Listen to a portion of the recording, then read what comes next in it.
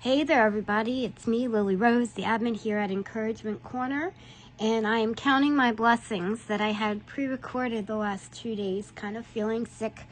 On Saturday, I thought it would be a good idea to pre-record a few chapters, but those are gone, and we are still going to continue on today in the book of Acts, so please bear with me in my voice that seems to crackle in and out, and a cough here and there. Chapter 14. It says the same thing happened in Iconium. Paul and Barnabas went to the Jewish synagogue and preached with such power that a great number of both Jew and Greek became believers. Some of the Jews, however, spurned God's message and poisoned the minds of the Gentiles against Paul and Barnabas. But the apostles stayed there a long time, preaching boldly about the grace of the Lord.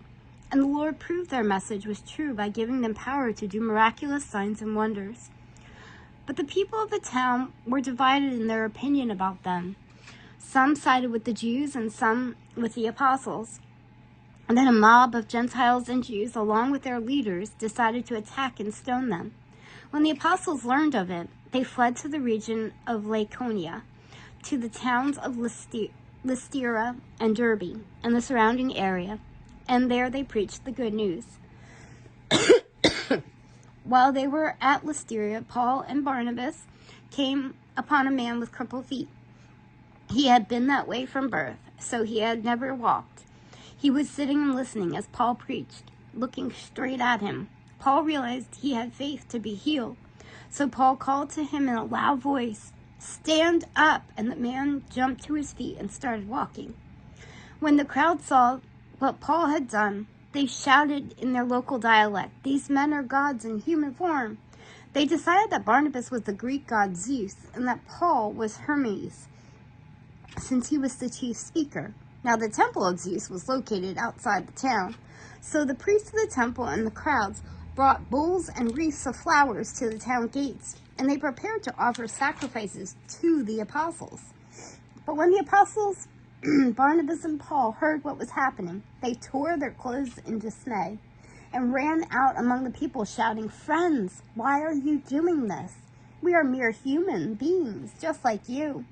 We have come to bring you the good news that you should turn from these worthless things and turn to the living God who made heaven and earth, the sea, and everything in them. In the past, he permitted all the nations to go their own ways, but he never left them without evidence of himself and his goodness. For instance, he sends you rain and good crops and gives you food and joyful hearts." But even with these words, Paul and Barnabas could scarcely restrain the people from sacrificing to them. Then some Jews arrived from Antioch and Iconium and won the crowds to their side. They stoned Paul and dragged him out of the town, thinking he was dead. But as the believers gathered around him, he got up and went back into the town. The next day, he left with Barnabas for Derbe. After preaching the good news in Derbe and making many disciples, Paul and Barnabas returned to Lystra, Iconium, and Antioch of Pisidia, where they strengthened the believers. They encouraged them to continue in the faith, reminding them that they must suffer many hardships to enter the kingdom of God. Paul and Barnabas also appointed elders in every church. With prayer and fasting, they turned the elders over to the care of the Lord, in whom they had put their trust.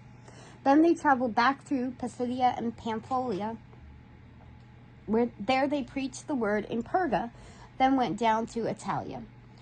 Finally, they returned by ship to Antioch of Syria, where their journey had begun. The believers there had entrusted them to the grace of God to do the work they had completed. Upon arriving in Antioch, they called the church together and reported everything God had done through them, and how he had opened the door of faith to the Gentiles too. And they stayed there with the believers for a long time.